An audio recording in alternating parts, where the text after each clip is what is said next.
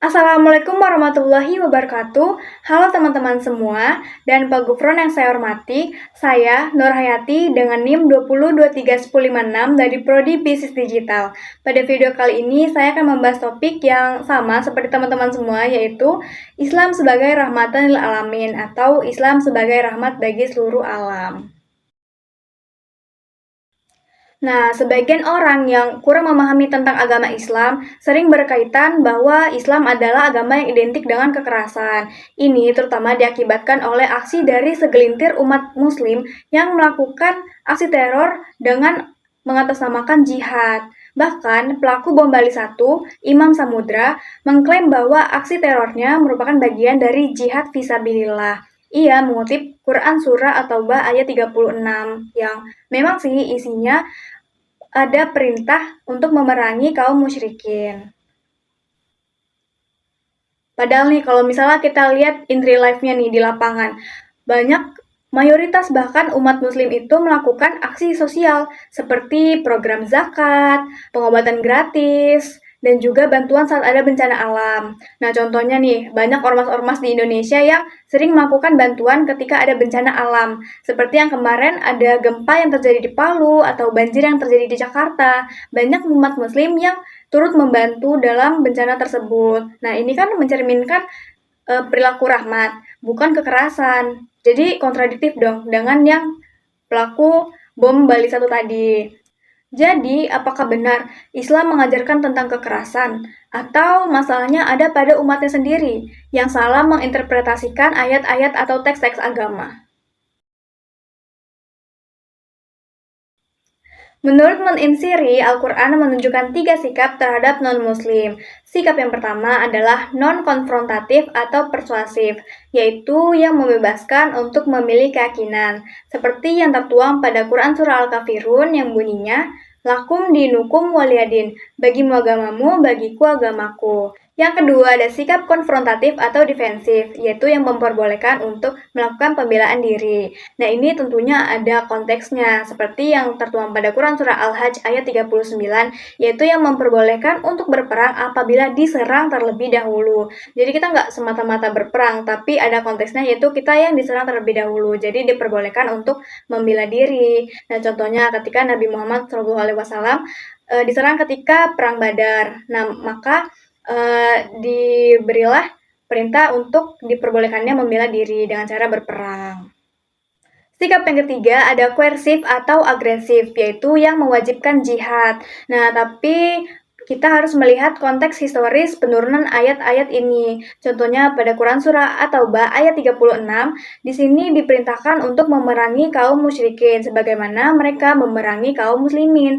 Jadi, ini konteksnya adalah keadilan dalam berperang, bukan semata-mata kita menyerang kaum musyrikin karena dendam dan sebagainya. Sayangnya nih, sebagian umat muslim membaca ayat Al-Quran secara parsial, tanpa melihat konteks historis penurunan ayat-ayat tersebut. Jadinya muncul banyak kelompok-kelompok yang melakukan penghapusan terhadap ayat-ayat tentang toleransi, atau bisa juga disebut dengan nasak, dan mereka hanya fokus pada ayat-ayat yang menyerukan untuk berperang. Seperti kata Omid Safi, yang paling berpengaruh itu bukan teksnya, tapi siapa yang membacanya dan bagaimana ia memaknainya. Dikatakan juga oleh Khalid Al-Abu bahwa agama Islam bisa menjadi sumber cinta maupun sumber kebencian, tergantung siapa yang membawanya. Contoh, ada 2 orang membaca teks yang sama. Contohnya nih, perintah mengenai amar ma'ruf nahi mungkar atau berbuat kebaikan dan mencegah keburukan. Bisa jadi 2 orang ini menginterpretasikannya dengan cara yang berbeda atau mengimplementasikannya dengan cara yang berbeda. Bisa jadi orang pertama mengimplementasikannya dengan cara mengadakan pengajian atau melakukan dakwah-dakwah yang ringan, yang santun, sehingga ia bisa mencegah keburukan yang seperti perintah amar ma'ruf nahi mungkar. Tapi orang yang kedua bisa menginterpretasikannya atau mengimplementasikannya dengan cara yang berbeda, yaitu kan ada dia menganggapnya mencegah keburukan. Nah, misalnya nih pas Ramadan ada warung buka. Nah, dia langsung merusak, mengobrak-abrik warung tersebut karena dia menganggapnya tuh mencegah kemungkaran. Padahal kan belum tentu ya warung tersebut yang jual orang Islam, terus tuh belum tentu juga diperuntukkan untuk orang Islam, kan banyak ya orang non-muslim yang butuh makan juga saat Ramadan. Jadi ini sangat berpengaruh siapa yang membacanya dan bagaimana ia memaknainya. Nah, kita sebagai umat muslim gak mau dong bahwa agama Islam identik dengan kekerasan. Tentunya kita ingin Islam kembali menjadi agama yang penuh kasih sayang.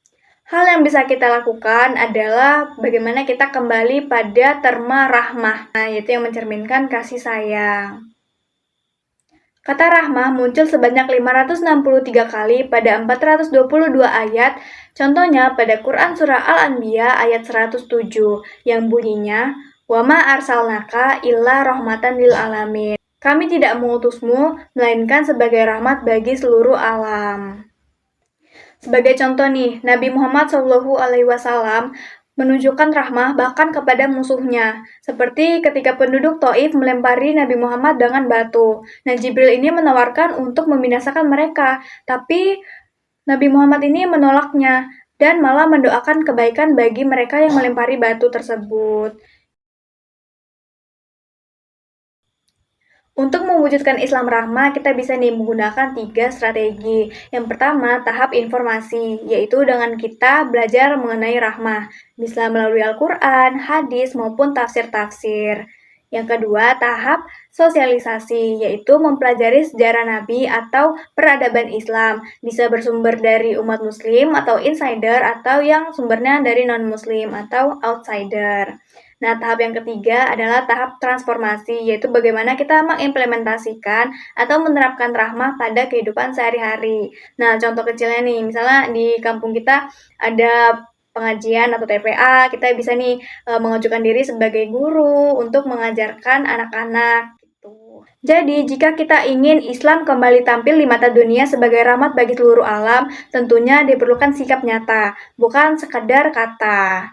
Nah, mari kita sebagai umat muslim menunjukkan rahmat dari sikap kita, perkataan kita, dan bagaimana kita menghormati perbedaan. Jangan sampai Islam yang indah ini tertutupi oleh kelakuan kita sebagai umatnya sendiri.